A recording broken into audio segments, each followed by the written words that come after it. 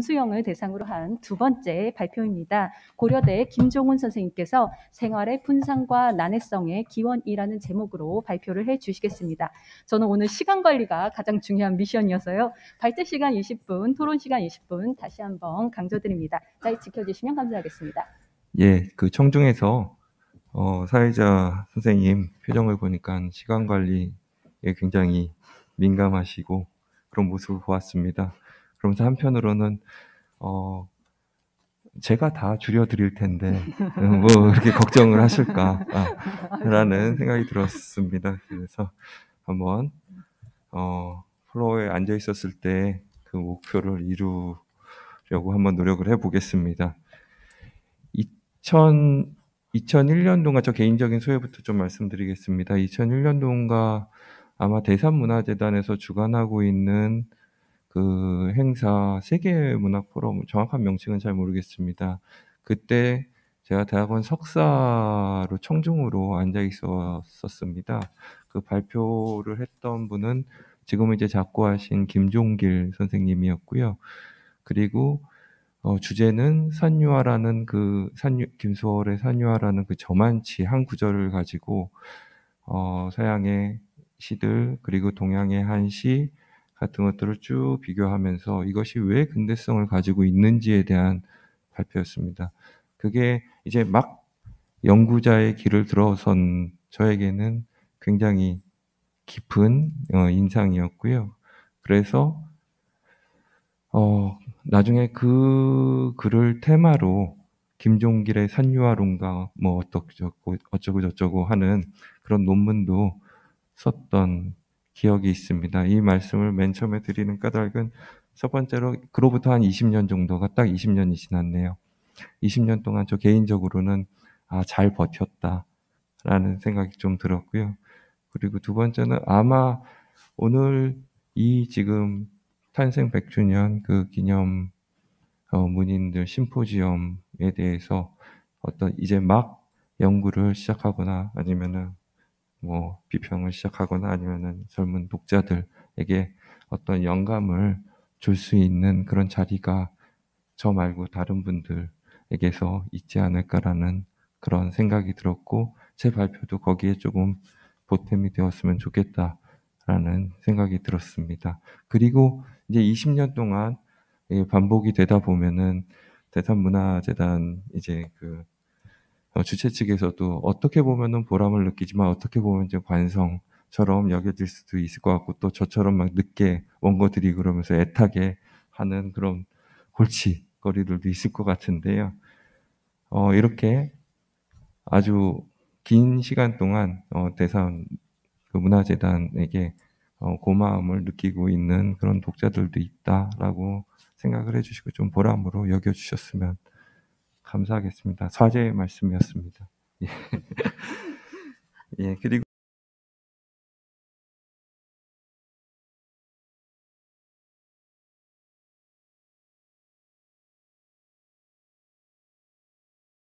마찬가지입니다. 근데 이 말은 어떻게 보면은 김수영이라는 시인이 꽤 오랜 시간 동안 많은 독자들에게 깊은 영향력을 끼쳤다라는 그런 의미도 가지고 있지만 한편으로는 이 키드라는 것, 세대라는 것은 결국은 이제 마감이 보일 때쯤 나오는 그런 이야기일 수도 있지 않을까라는 생각이 들었어요. 만약에 지금 젊은 독자들 20대 초반의 독자들에게 과연 우리만큼 질문을 한다면은 과연 우리만큼 김수영이 그만큼 깊은 영향력을 끼치고 있는가라는 질문을 던졌을 때 저는 거기에 대해서 좀 회의적입니다. 특히 2015년 그 문단 뭐 미투 관련해 가지고 여러 가지 지금 페미니즘 그 시약 같은 것 시약이 이제 영향력을 끼치게 되었고 그리고 그런 어떤 자장 안에서 김수영을 보았을 때, 그 시적인 것을, 맛보기 전에 왜 이런 어떤 이 불편함을 감수하고 김수영의 시에서 시적인 것을 맛보아야 하는가라는 그런 질문이 나올 수밖에 없는 시들을 많이 남겼죠. 뭐, 예를 들어서, 그 우산 여편네를 팼다든지 아니면 1967년에 뭐 성이라든지 아니면 제가 오늘 그 의도하지 않았지만 들어간 어떤 뭐 여자에 대한 어떤 호명, 그 안에 들어가 있는 이데올로기라든지 이런 부분들이 불편함을 자아내는 것은 사실인 것 같습니다. 그래서 저는 첫 문장을 김수영 씨는 왜 계속 읽혀야 하는가라는 이 당위적인 질문에서 시작을 했는데요. 뭐 지금까지 김수영에 대해서 읽었던 독법이 리얼리즘과 모더니즘을 기반으로 해가지고 아주 번박하게 말하면은 그 각자 상호 영향력을 끼쳤던 그런 독법으로 읽혀져 왔었습니다. 그리고 2001년에 이제 최원식 선생이 좋은 시는 회통한다, 모더니즘하고 리얼리즘이 회통한다라는 그런 말씀을 하셨는데요. 그리고 2000년대 중반 돼서는 이제는 번역, 시의 미학뿐만이 아니라 뭐 번역이라든지 아니면 역사적인 그런 맥락이라든지 아니면 산문이라든지 아니면은 또 인근 장래 뭐 철학자들의 이제 김수영 이 새로 읽기라든지 이런 확산되어 가고 있는 그런 움직임에 있었습니다. 이로써 이제 김수영의 신화가 완성이 되었겠구나라고 생각이 들었지만 지금 이제는 이러한 독법들이 과연 지금까지도 유효한가라는 질문을 자아내는 그런 시기에 이르렀다라고 생각을 합니다. 제가 오늘 와가지고 그 토론문을 보니까 그 토론자 선생님께서도 역시 좀 비슷한 그런 어떤 회의가 저변에 깔려 있는 게 아닌가라는 생각이 들었었습니다. 그래서 저는 다시 한번 시 안으로 들어가서 왜 읽혀야 하는가라는 질문을 좀 같이 생각을 해봤으면 좋겠다라는 생각이 들었고요. 그래서 시적인 것을 발생하는 것이 무엇일까? 이런 것들을 좀 궁리하던 끝에 첫 번째는 이제 서정성이고 그다음에 두 번째는 이제 시적인 것의 난해성에 대해서 주목을 해봐야 되지 않겠는가. 이 부분이 여전히 의미가 있다면 계속 읽힐 수 있지 않을까라는 그런 생각이 들었습니다. 그래서 서정성과 관련해서는 뭐 다른 지면에서 이야기를 했고 오늘 제가 주로 이야기를 하려고 했던 것은 바로 이제 난해성 부분입니다. 이 난해성과 관련해서는 그런데 김수영 씨의 난해성은 여러 거듭해가지고 되풀이돼서 제기되었던 것이지만 그 맥락들은 서로 다른 어떤 그 지류를 가지고 있는 것 같습니다.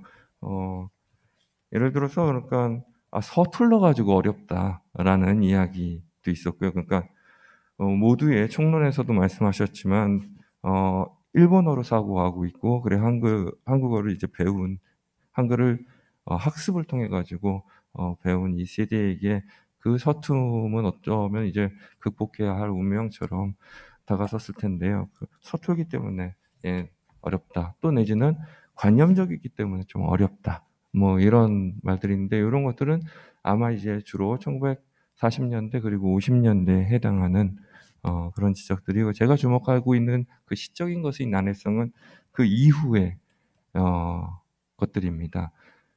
그래서 그 난해성을 한 세 가지 정도로 얘기를 하자면은 병풍에서부터인가 죽음과 관련된 어떤 난해성, 죽음 의식과 관련된 그런 난해성이 있고요. 그리고 또 한 가지는 뭐 원효대사라든지 아니면 주로 1960년대 후반에 나왔던 뭐 제니의 꿈인가요? 제니인가요? 예, 뭐 피아노라든지 어떤 아까 박수현 선생님이 말씀하셨던 그 소음처럼 들리는 어떤 난해성, 뭐가 이렇게 명확하지 않고 이 사람이 막 히스테리컬하게 계속 뭔가를 반복하고 이런 어떤 난해성이 하나가 있고 그 다음에 또 1965년인가요? 1965년의 절망 그리고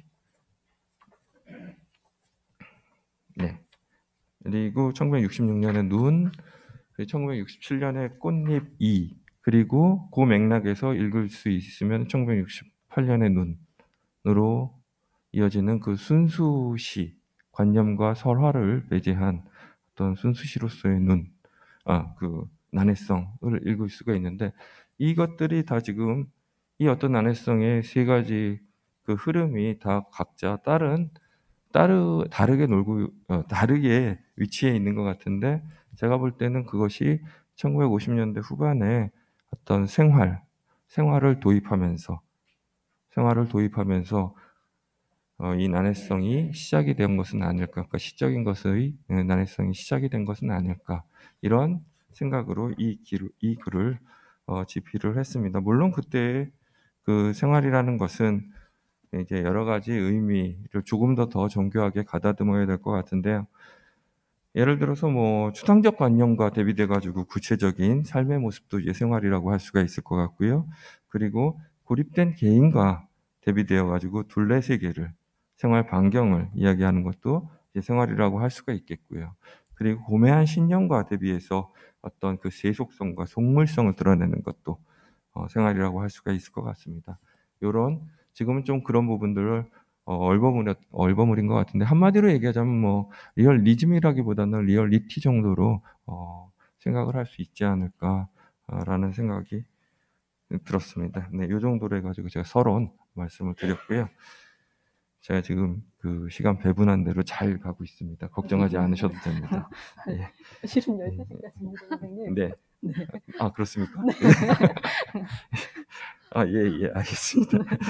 예, 그래서 첫 번째, 이제 1957년부터 간략하게 그런 말씀을 드리도록 하겠습니다. 5분 내로 끝내야 되나요? 예. 이 반복의 배분과 생활의 도입, 1957년이 저는 되게 중요한 해라고 생각을 하는데요. 그게 그러니까 달나라의 장난이 이제 1959년에 유일한 단독 시집이 나왔는데, 1956년까지 쓴 시들은 그 중에서 버린 시들이 더 많았습니다. 버린 시들이 많았는데 1957년부터 쓴 시들은 거의 대부분 다 그 59년에 쓴 그 달나라의 장난에 수록이 됐습니다. 그러니까 어떻게 보면 자신의 미학관이 확립되었던 그런 시기이기도 합니다. 그런데 이때 이제 보였던 시형과 그 다음에 소재가 좀 특이한 것들이 나타나는데요. 그게 뭐냐면은 시의 전체 구조, 그러니까 채소박가에서 43페이지에 있죠. 이렇게 전체 구도의 뼈대라고 해야 될까요? 골격을 이루고 있는 부분들이 이제 반복을 이루고 있는 시가 등장을 하기 시작합니다. 근데 이게 이전하고는 조금 달리 되게 모호합니다. 기운을 주라 계속 반복이 됩니다. 근데 누구에게, 무엇을, 왜, 이런 것들이 지금 다 차단이 되어 있습니다. 그래서 굉장히 모호한 지점으로 나가 있고, 그리고 그 사이사이에 되게 구체적인 어떤 생활의 모습들, 강바람이라든지 달리아라든지 아니면 채소박가라든지 이런 생활 반경의 모습들이 그 살을 채우고 있는 그런 시들이 등장을 합니다. 이런 시들은 그러니까 그 45페이지의 눈과 비교해서는 굉장히 다릅니다. 눈 같은 경우에는 어떻습니까? 굉장히 메시지가 명확합니다. 그리고 관념이고요. 이게 되게 대표적인 시이죠. 그런데 이 어떤 명확한 메시지가 이 생활의 뭐 구체적인 현실을 덮은 눈 위에서 이루어지는 행위를 통해서 드러난다라는 것이죠. 이런 것들이 어떻게 보면 이전의 전형적인 시라고 한다면 이제 이 채소밭과 가해라든지 아니면은 먼 곳에서부터 같은 이런 시 같은 경우에는 조금 다른 형태의 모호하고 난해한 모습들이 나타나기 시작한다라는 것이 첫 번째였고요. 그래서 뭐 동호반복처럼 보이지만 동호반복이라는 것이 결국엔 완벽한, 그러니까 즉 관념 같은 것들이 필요 없는 구문만으로도 완벽한 그런 그 텍스트 그 담화가 아니겠습니까? 근데 그런 어떤 구문들을 형성을 하면서 조금씩 어떤 자율적인 그런 세계를, 언어의 자율성의 세계를 구현하기 시작했다. 거기에 살을 이룬 것은 바로 생활이었다라는 이야기를 했던 거고요.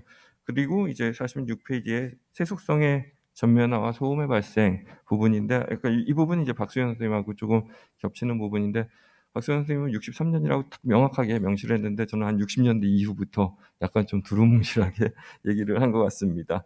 그리고 이제 소음과 같은 경우에도 이제 무의식에서 어떤 이제 뭐 민중이라든지 이쪽으로 이제 주목을 하셨던 것 같은데, 저는 소음에서 어떤 무의식을 통해서 신경증적인 어떤 모습 같은 것들을 드러내고 있다 쪽에 주목을 했습니다.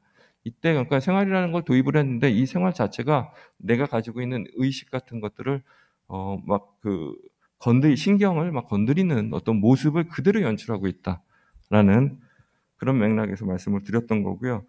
이런 시들을 통해서 그러니까 1950년대 되게 많이 등장을 했던 그 서름이 배제되기 시작했고요. 서름이 등장한 게 1960년대에는 여자하고 풀의 형상 두 편인데, 여자 같은 경우에는 이전에 서름이라는 것은 가 닿지 못하는 보편성에 대한 서러움이었는데, 이제는 내가 체험한 것들에 대한 서러움으로 바뀝니다. 그리고 풀의 영상 같은 경우에는 여기서도 개인적인 서러움 같지만, 결국에는 아까 그 말씀하셨던 것 같이 어떤 월남인이 되기도 한다라는 어떤 연대까지 상상을 하고 있다는 부분에서 조금 더 개인적인 것이 아니라 역사적이고 보편적인 그런 의식까지 나아가고 있다. 그것이 뭔가 청년에서 장년으로 나아가는 그런 모습까지도 같이 연출되고 있다라는 건데, 거기에서 제가 주목한 부분은 이제 피아노하고 그다음에 원효대사 같은 시인데, 여기서는 그 속물성 같은 그 생활을 도입하다 보니까는 이제 구체성을 더해지긴 했는데, 그 생활이 나에게 어떤 그 속물성, 그리고 돈, 그리고 세속성, 이런 것까지 같이 시에 도입하게 만들었고, 그것이 시의 영역을 확대했고, 그리고 좀 시 전체적인 형태를 보면은 어지럽고, 그리고 혼란스럽고, 그리고 무질서한, 그리고 좋게 말하면 자유로운 형식을 구현할 수 있었다라는 그런 어, 이야기를 했었습니다. 역시 여기에도 원인은 이제 생활이라는 것이 있다라는 것이고요. 그리고 이제 자율성 쪽으로 넘어가도록 하겠습니다. 51페이지인데요. 이 부분은 그러니까 그 52페이지에 나와 있는 그 미인 같은 경우에는 해당이 되지 않습니다. 근데 제가 이제 주목을 하고 있는 시는 절망과, 그러니까 동어 반복, 유사 동어 반복이죠. 유사 동어 반복이고요. 그리고 눈과, 그리고 풀, 그리고 또 여기는 얘기하지 않았지만 꽃잎이 같은 그런 시인데요. 이런 시들 같은 경우에는 정말 자율성의 그 순수 시의 세계를 구현했다라고 생각이 드는데, 이것도 역시 반복을 통해서 이루어져 있습니다. 근데 이 반복에는 이제 이전에 아까 맨 처음에 주목을 했던 그 생활상 부분들은 좀 지워져 있습니다. 그래서 생활의 모습들에서 시작을 했으나 그 생활을 지우는 것으로서 자율성의 세계를 구현한 그런 시편들이 여기에 이제 배치를 했는데요. 근데 가만히 보면은 이 반복의 자율성의 세계가 이상 같은 시하고, 이상의 반복의 시들하고 비교를 하면은 뭔가 틈이 있다라는 것입니다. 이상 같은 경우에는 반복을 통해서 맨 마지막엔 틈이 없습니다. 틈이 없어가지고 어쩌란 말인가, 미치겠다, 좀 이런 식으로 결국 한탄으로 끝나는 그런 모습들을 보여줬는데, 여기에서는 절망 같은 경우에서는 구원은 않은 데서 오고, 예기치 않은 순간에 오고, 바람은 딴 데서 오고, 이런 어떤 예기치 않은 순간 같은 것들을 마련을 한다라는 것이죠. 그 틈을 마련을 하면서 여기에서 뭐라 해야 될까요? 센티멘탈로 빠지지 않는 그런 모습들을 연출을 했는데요. 그것이 이제 제가 제일 앞에 인용을 한 미인이라는 시에서 이 담배 연기, 이 시는 굉장히 유명한 시죠. 산문을 통해서 되게 유명한 시인데요. 이제 어쨌든 창문 틈을 조금 열어놓고 담배 연기를 내보내게 했는데, 그것이 내가 내보낸 것은 담배 연기뿐만이 아니었다, 이러면서 끝나는 그런 시일 텐데, 거기에다가 이제 산문에다가 그 틈이 바로 이제 릴케의 신들의 입김, 신적인 입김, 즉 구원, 예기치 않은 순간과 동일층위에 있는 그런 맥락을 가지고 있는 것이라고 할 수가 있을 것 같습니다. 제가 이전까지는 이 틈을, 예기치 않은 순간, 그리고 이 신적인 입김 부분에서 주목을 했는데, 이 글을 진행을 하다 보니까 그 위쪽에서는 신적인 입김이 있지만 아래쪽에서는 아직 털어내지 못한 그 생활의 흔적들이 남아있지 않은가라는 생각이 들었고요.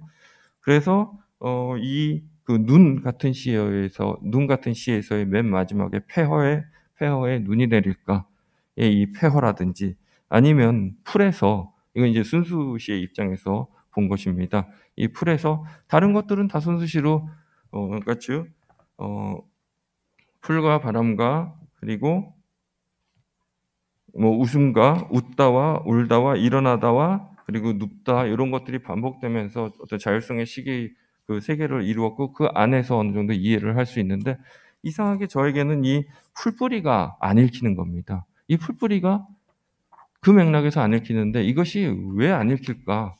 그렇게 보았을 때 이것이 저에게는 아직 털어내지 못한 생활의 흔적이 아닐까. 그리고 나네 씨의 그 기원에는 역시 이 생활의 모습들이 여전히 묻어 있지 않은가. 뭐 이런 이야기들을 쭉 풀어나갔습니다. 저에게 조금의 시간이 있으면은 결론의 맨 마지막 부분만, 네. 죄송합니다. 맨 마지막 부분만 한 3줄 정도 읽어보겠습니다. 뭐 여기서 난해성은 자율성의 코드로 파악되지 않는 것에서 비롯한다. 역설적이게도 생활은 김수영 씨의 난해성을 일으키는 기원이었다. 김수영의 시는 난해성이 언어가 삶에 닿고자 하는 과정의 부산물 때문에 생긴다는 것을, 그리고 생활은 말보다 깊고 넓다는 것을 방증하는 정직한 예이다. 요 한 문장을 쓰기 위해서 여러 분들을 괴롭혔던 것 같습니다. 예, 이상으로 마치겠습니다. 네, 예. 감사합니다. 박수 한번 쳐주시죠. 네. 네.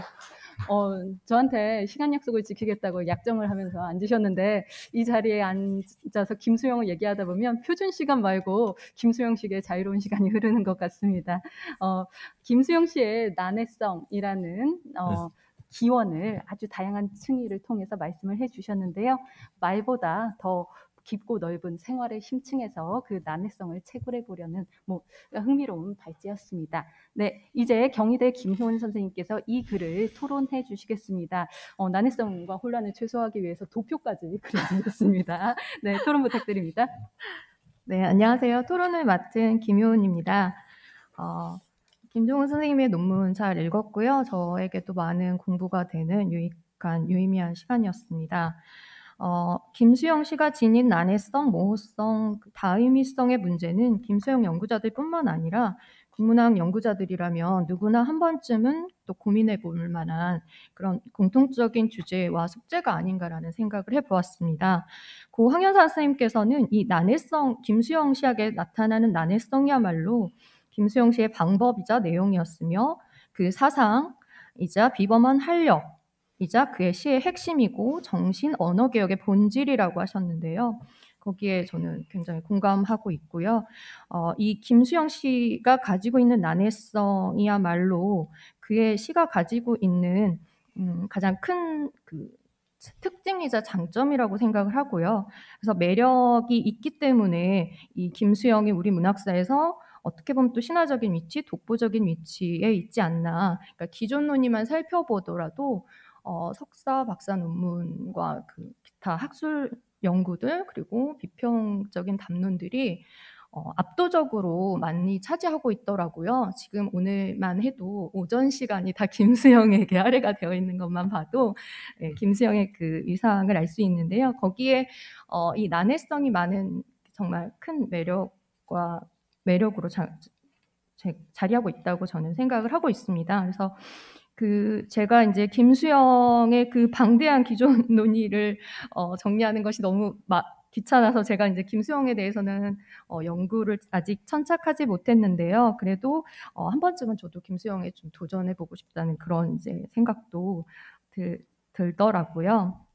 제가 이제 김수영을 읽으면서 그리고 선생님의 그 논문을 읽으면서 생각했던 게 김수영만큼 이 애매한 장르도 없다라는 그런 생각을 했어요. 저는 조금 약간 비속어로 양다리의 정말 대가라는 생각을 했는데요. 이 애매성, 모호성, 다의미성이 창출되는 자리가 이 양다리성이 아닌가 저는 생각을 해봅니다. 예컨대 굉장히 이질적이고 대항적인 요소들이 계속해서 상충되고 기량하면서 새로운 의미들을 계속해서 창출해내고 생성해내더라고요. 그래서 생성의 시작이 이 난해성에서 비롯된다는 생각이 들었고요. 김종훈 선생님의 논문에서도 그러한 지점들을 적확하고 유의미하게 지적해 주시고 계셨습니다. 이 생활의 분산이라고 지칭하신 부분들도 김수영의 그 시의 의미 창출과 와해 또 작동 원리에 대해서 굉장히 설명하는 데 있어서 핵심이 되는 부분이라고 저도 이해를 했고요. 그래서 김수영시에서 굉장히 중요한 의미 자질이 저는 이 생활과 사랑의 키워드라고 저도 생각을 하고 있습니다. 그래서 이 생활과 사랑이 굉장히 크다 보니까, 범주가 크다 보니까 그 맞은편에 이제 다른 것들을 다 몰아넣을 수가 있더라고요. 그래서 저도 이제 시간을 조금 줄이고 여러분의 그 이해를 돕기 위해서 짧게 이제 표를 만들어 봤는데요.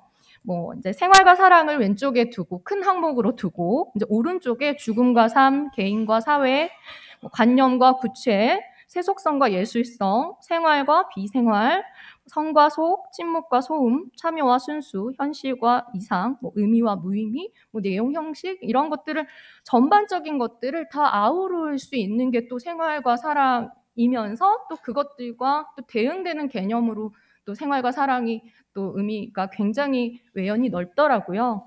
그래서 이제 저는 이제 제가 이렇게 좀 이해를 돕고자, 제가 무지하다 보니까 저의 이해를 돕고자 이렇게 도식화 해봤고요.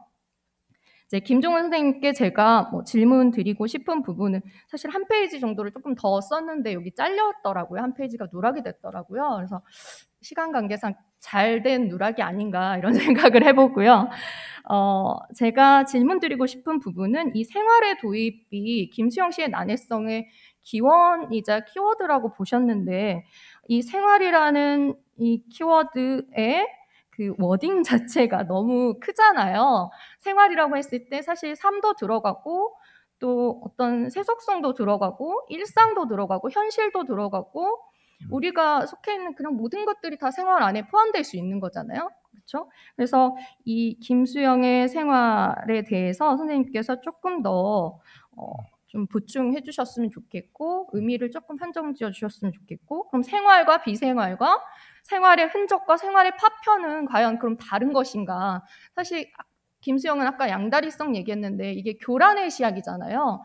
그래서 이 생활과 비생활이라고 했을 때 뭔가 그 다른 지점이 그런 단순히 그냥 구체성과 추상성으로 나뉠 수 있는 부분만은 아니라는 생각이 들었거든요. 그래서 그 부분에 대한 조금 명확한 설명을 해주셨으면 하고요. 또 이제 반복도 많은 연구자들이 이제 김수영 씨에 나타난 반복의 구조, 이런 것들에 주목한 바가 있는데요. 선생님께서는 이 반복이야말로 의미를 또 이해하는 데도 도움을 주지만 또 의미를 분산시키고 와해시켜서 독자들로 하여금 정말 궁지에 몰아놓는 그런 역할을 하기도 하거든요. 그래서 이 반복이라는 거, 그의 시에서 난해성을 더하기도 하고 또 덜하기도 하게 하는 그런 장치로서의, 형식으로서의 이 반복에 대해서도 선생님 조금 더 설명을 해주셨으면 합니다. 그래서 이게 이제 나중에 또 반복뿐만 아니라 또 메시지가 감춰져 있고 또 감정의 원인이나 이런 것들에 대한 설명이 빠져 있어서 여기에서 또 난해성이 유발된다고 하셨는데, 이게 이제 자율성의 세계로 넘어가는데도 어느 역할을 할 것 같은데요. 그 이행에 관해서도 조금 더 설명을 해주셨으면 합니다. 네. 예, 감사합니다. 글을 너무 늦게 드려가지고 죄송한 마음뿐이었는데, 그 발표문에 대해서 고민해야 될 그 중요한 화두들을 다 말씀해 주셔서 감사할 따름입니다. 그 누락된 그 세 번째 질문은 좀 개인적으로 메일로 좀 부탁드리겠습니다. 생활과 관련해서는 저도 이제 다 쓰고 난 다음에 생활이 무엇인가, 여기 제가 주목하고 있는 그 생활이 무엇인가에 대해서, 여기에 대해서 정의가 지금 이루어져 있지 않다라는 것을 나중에 알았습니다. 그리고 각 절마다 조금 다른 맥락에서 쓰이고 있다라는 것을 알았습니다. 그리고 이제 토론문을 작성한 다음에 다시 보충을 하면서 무엇인지까지는 얘기를 추후에 하더라도 이것이 어디에 위치해 있는지 그 위상, 그러니까 대개념을 통해서 특성을 어느 정도는 위치를 좀 말씀을 드려야 되지 않을까라는 생각이 들어서 그게 이제 서론 말미에 조금 보충한 부분이고요. 그리고 지금 오늘 말씀드리면서 그 구두로 말씀드렸던 것은 제가 이제 리얼리티에 대한 이야기를 했던 것 같은데요. 그러니까 기존의 어떤 그 담론과 접목할 수 있는 부분, 그 키워드가 리얼리즘과 비교되는 리얼리티가 아닐까 않을까라는 생각이 들었습니다. 그래서 그 부분은 좀 더 정밀하게 보충을 하도록 하겠습니다. 그리고 반복과 관련해서 말씀을 드리면은 반복은 크게 두 가지가 있는 것 같습니다. 강조의 반복이 있는 것 같고 또 하나는 이제 그 주문 같은 그 뭐 수리수리 마수리 막 이런 어떤 주문 같은 그런 반복이 있는데 반복을 하면 할수록 의식과 멀어지게 하는 그런 어떤 반복이 있는 것 같습니다. 그 이상의 그 2호 보면 이제 아버지의 그 부분이 그러니까 그 두 가지 측면을 동시에 구현하고 있는 그런 시일 것 같은데요. 아버지의 그 억압에 대한 그 억압상을 강조하는 것뿐만이 아니라 아버지로부터 벗어나고 싶어하는 그런 어떤 의미들도 동시에 가지고 있는 것 같은데요. 김수영의 그 후기시에 있는 이 반복들은 그 생활을 다 걸러내려고 했던 그 반복들은 제가 볼 때는 그 의미의 무화 쪽에 좀 가까운 그런 반복이 아닌가라는 생각이 들었습니다. 근데 오늘 말씀을 들어보니까 지금 구두로 말씀드린 것들을 조금 더 보충을 해야 되지 않을까, 공부를 좀 더 해야 되지 않을까라는 생각이 들었습니다. 좋은 질문 감사합니다. 네. 시간을 진짜 약정한 대로 지켜주셔서 질문을 하나 정도는 받을 수 있을 것 같습니다. 두 분의 토론과 답변 감사드리고요. 시간상 다들 배고프실 것도 같지만 우리가 또 생물학적인 배만 줄이고 있지 않을 것 같습니다. 100살 맞은 김수영은 이렇게 보낼 수 없다. 청중분들께서 김수영 씨에 대한 허기가 있으시다면 마지막 기회를 드리겠습니다. 네. 여기 계신 김종훈 선생님께 질문 부탁드립니다.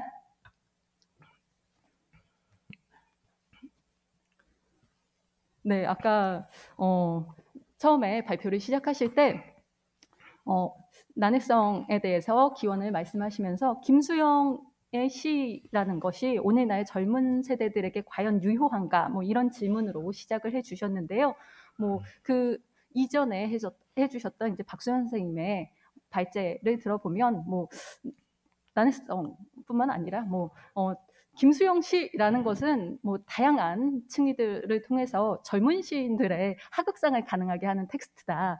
이렇게 또 이야기를 해주셨어요. 여기에 있는 청중분들께서도 네, 김수영의 시를 그렇게 질문해 보시면 좋을 것 같기도 합니다. 혹시 질문 없으신가요? 예, 다들 배고프실까봐 배려를 해주고 계신 것 같은데요. 홍기돈 선생님 질문 하나만 해주세요. 네.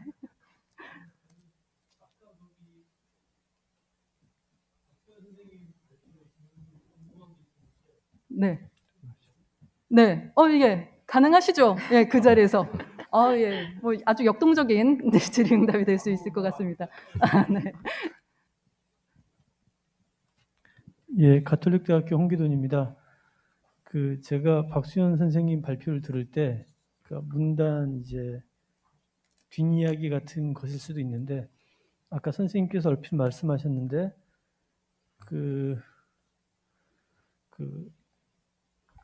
김수영 선생님의 이제 변화하신 그런 게 있고, 그다음 아까 민요로 만들어서 했던 선생님 누구셨죠? 예. 김지아 선생님. 근데 제가 김지아 선생님한테 듣기로는 아까 말씀하셨는데 처음에 이제 등단을 하고 싶어서 창비로 이렇게 냈는데 김수영 선생님께서 이게 무슨 시냐 이렇게 했다가 시간이 좀 지나가지고 이러한 방식의 그러니까 서구적인 방식이 아니라 한국적인 걸 끌어안아가지고 쓰는 것도 상당히 유의미하다. 나중에 다시 인정을 했다. 그렇지만 나는 기분이 계속 나빴다. 이런 말씀을 하셨는데 시기적으로 대조해 본다면 사실은 64년, 65년 체제라고 말씀하셨는데 그렇다면 김지아 선생님께서 원고를 보냈을 때는 긍정을 하셔야 됐었을 것 같은데 시기가 약간 불일치하는 측면이 있거든요. 그래서 이런 것들은 어떻게 이해할 수 있을까 이런 궁금증이 들었는데 이건 밥 먹으면서 들어보려고 생각하고 있었는데 제 질문은 이제 그런 어떤 시간 차이에 대한 궁금입니다. 이상입니다.